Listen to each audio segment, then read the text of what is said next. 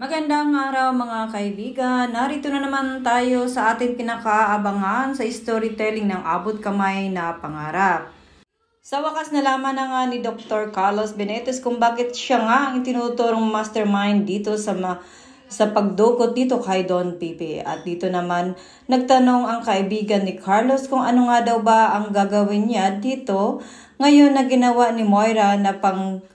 paglaglag sa kanya.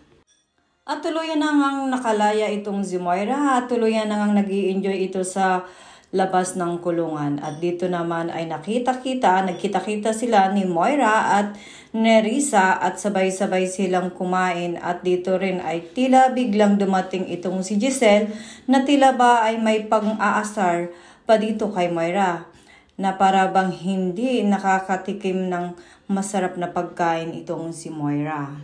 Dito nga ay kinalaban ni Moira itong si Giselle at sinabing maghanda-handa nga raw ito sa kanya muling pagbabalik at nasorpresa naman itong si Moira nang sabihin dito sa kanya ni Giselle na hinding-hindi na nga siya makakapasok sa Apex at hindi na nga rin siya asawa ni RJ at wala na nga siyang karapatan na pumunta dito sa Apex Hospital.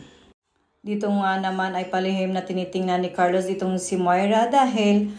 maniningil na nga siya sa ginawa nitong panglalaglag at kung bakit siya ang tinuturo ng star witness na si Dax at lahat na yon ay paghihiganti ni Carlos at pagbabayaran niya nga raw itong si Moira pati na rin itong si Dax.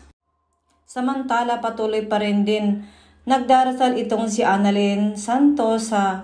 na sana nga ay magising na ang kanyang inang si Lynette dahil nakalaya na nga itong si Moira at dapat nga na malaman niya nga ito at dito naman ay nangamba si Aling Susan at Jusan na baka sa pagising nga nito ni Lynette ay baka magkaroon ito ng amnesia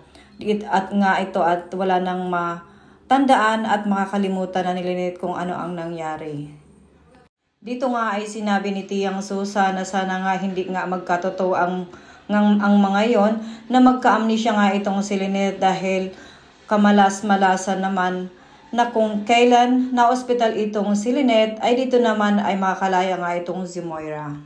Sa kabilang banda naman ay naghihinala na nga itong si RJ sa kinikilos ng kanyang anak na si Zoe na baka nga daw tama nga itong kanyang ate Giselle na hindi nga si Carlos ang mastermind kundi itong si Moira dahil wala na nga naman itong dahilan kung bakit kailangan magtago ni Moira sa Japan at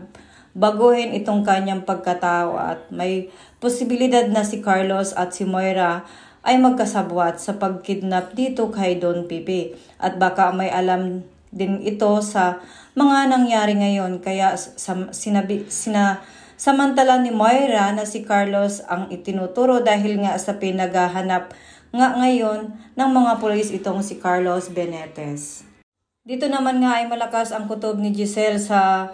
mga nangyayari ngayon ay dahil nga sa sinabi nga nitong si Zoe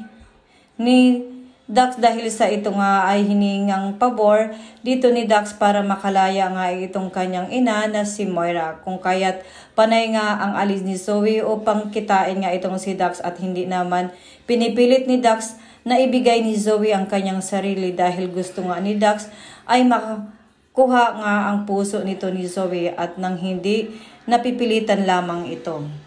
Kaya yun ating pakatutukan maya-maya lamang kung ano nga ba ang susunod na mga kaganapan.